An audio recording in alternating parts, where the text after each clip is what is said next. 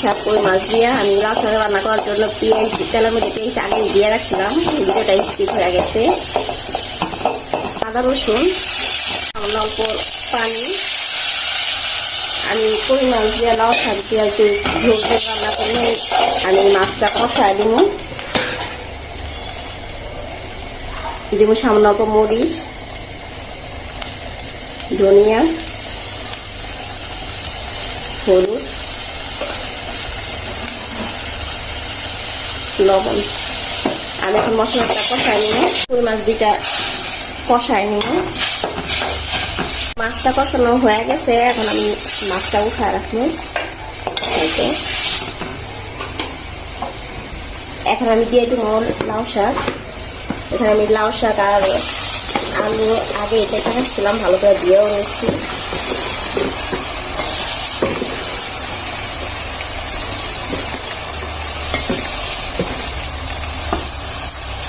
লাউ শাকটা দিলে একটু পেঁচা রাখলে লাউ শাকটা কিন্তু অনেকটা পরিমাণ আসে।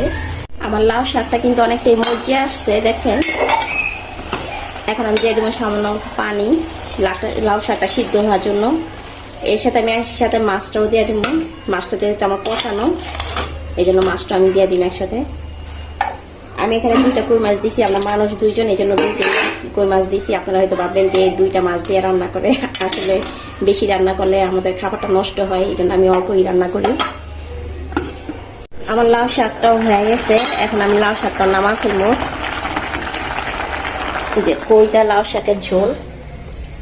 আর ভিডিওটা যদি একটু ভালো লাগে আমার চ্যানেল লাইক দিবেন, কমেন্ট করবেন, আর আমার চ্যানেলটা অবশ্যই সাবস্ক্রাইব করবেন।